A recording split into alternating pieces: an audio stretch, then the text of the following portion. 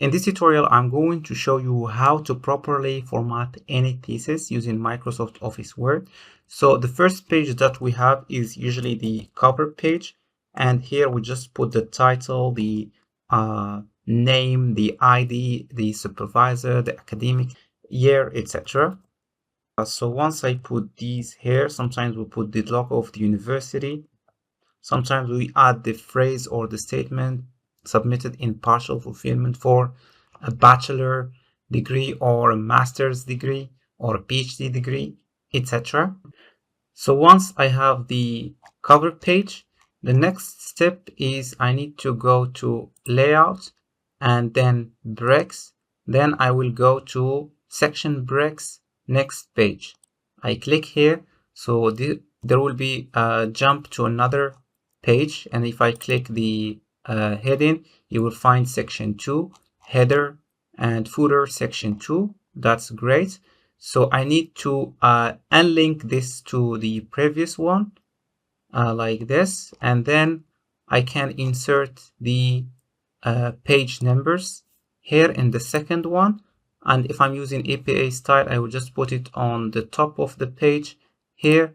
And in the formatting, I will just need to go to insert again, page number and format page numbers. And then I will choose the Roman numerals, these ones. And I want to start with 2 or 3, etc.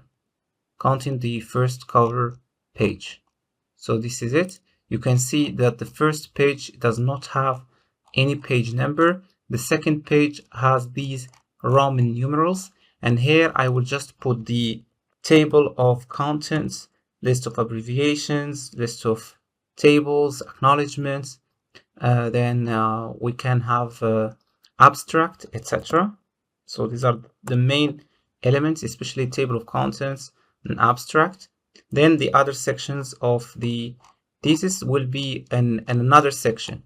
So once I have, for example, here a table of content and here an abstract, I will just need to do the introduction, but I need to stop those Roman numerals. So I need to do the same. So I will just come back here and the last page, and then I go to layout and then do the same, breaks, then next page, and I will click here and suddenly I will jump here and I will have section 3 like this. If you want to double check, you go to home and paragraph and you just click this show hide control 8. So this will just help us see where the section break is. So it's like this. So I will just unhide it. And again, I need to go to the section that I have just created, and I need to uncheck this link to previous so that the it won't be related to it, and I can just delete these. So when I delete them, nothing happens here. And like if I keep this one, so these ones will be also affected. Again, I will just create an introduction. Let's say in the introduction, I will just put introduction like this in bold. Or if I want to just keep it a normal one, I can keep it a normal one, but I will just put introduction this way, go here and again layout, then next page or next break, let's say breaks, section breaks and next page, and here we go.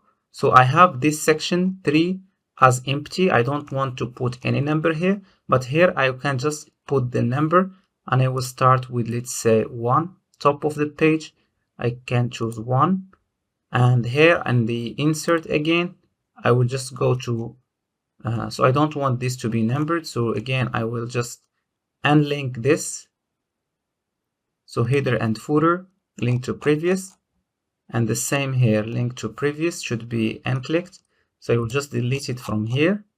And here I just need the normal numbers. So again, I go to insert, page numbers, top of the page, etc. And not this one, but I have this one, format page numbers. So I will just get them back to normal.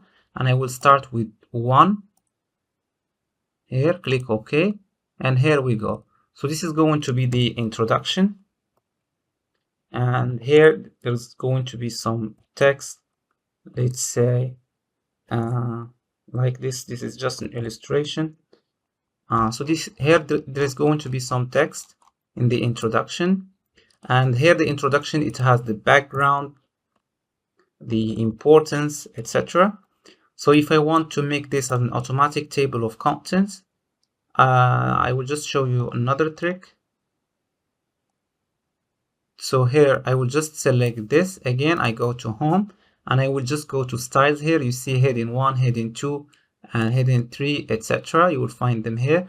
So I will just click heading 1 and right click, and I update heading to match selection after making this bold. And you see here in the view there is this navigation pane. You will find the introduction appearing here, and this is like heading 2. I will just select it, do the same.